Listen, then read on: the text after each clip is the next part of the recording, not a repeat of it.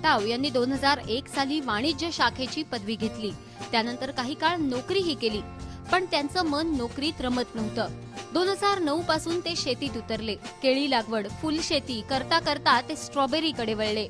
महाबळेश्वर प्रमाणेच कोल्हापूर जिल्ह्यातल्या आजऱ्यातलं हवामान स्ट्रॉबेरीला पोषक आहे। त्यामुळेच विनायक खटाव यांनी इथे स्ट्रॉबेरी लागवडीचा प्रयोग केला।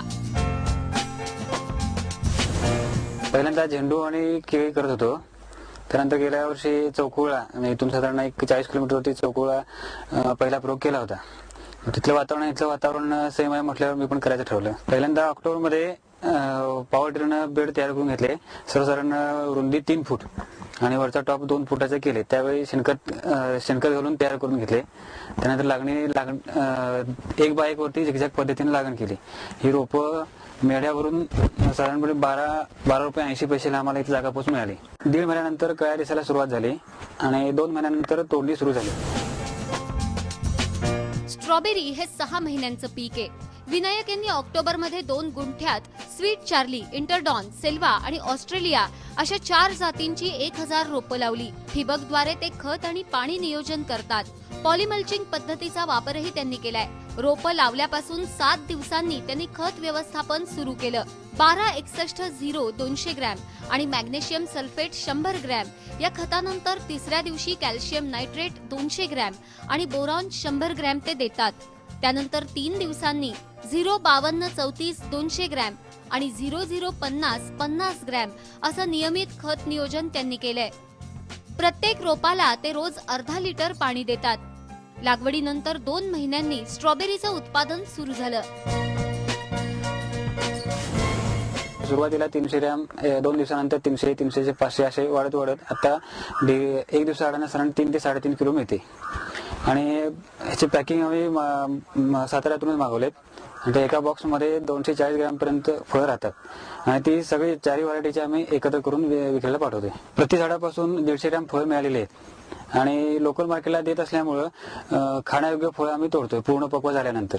आणि ॲव्हरेज फळाचे साधारण 12 ते 15 ग्रॅम आम्हाला मिळाले। ॲव्हरेज 22,000 रुपये खर्च केलेला आहे आणि या 1.5 महिन्यात 20,000 रुपये उत्पन्न मिळालेलं आहे। अजून अपेक्षित उत्पन्न 25,000चा विचार केला तर 2,000 रुपये अजून प्रोडक्शन कॉस्ट वजा जातात। 23,000 रुपये निव्वळ नफा राहील। विनायक खटाव यांनी आतापर्यंत 150 किलो स्ट्रॉबेरीची विक्री केली आहे। सरासरी 140 रुपये प्रति किलो दरानुसार आतापर्यंत त्यांना 25,000 रुपये मिळाले। आणखी 25,000 रुपये मिळतील अशी त्यांना आशा आहे। कमी क्षेत्रात आणि कमी कालावधीत चांगलं उत्पन्न मिळत असल्यानं कृषी विभागही या परिसरात स्ट्रॉबेरी शेतीच्या प्रसाराच्या प्रयत्नात आहे। आम्ही एक 10 शेतकऱ्याचा आम्ही ग्रुप करू आणि 10 शेतकरी आम्ही मिळून हा क्लस्टर टाइप हा आम्ही स्ट्रॉबेरीचा प्रकल्प राबवण्याचं त्यांचं हे आहे। पुढच्या वर्षी आम्ही ते 10 शेतकरी करून हा आम्ही यशस्वीरित्यापूर्वक करणार आहोत। कारण हे आजरा तालुक्यापासून हे जवळचं सेंटर आहे। तसंच मार्केटिंग म्हणलं तर गोवा आणि बेळगाव तसंच जवळ आहे।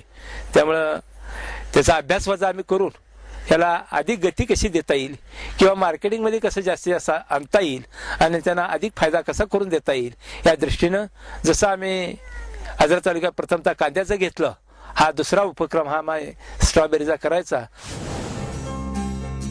विनायक खटाव यांना स्ट्रॉबेरीच्या शेतीसाठी कृषी विभागाकडून आत्मा योजनेअंतर्गत 4,000चं अनुदान मिळालं।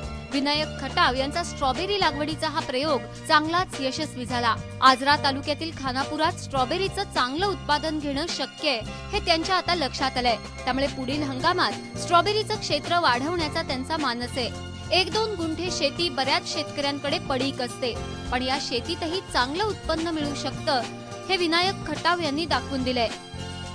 कोल्हापूरहून चंद्रशेखर खोलेसह ब्युरो रिपोर्ट, स्टार माझा।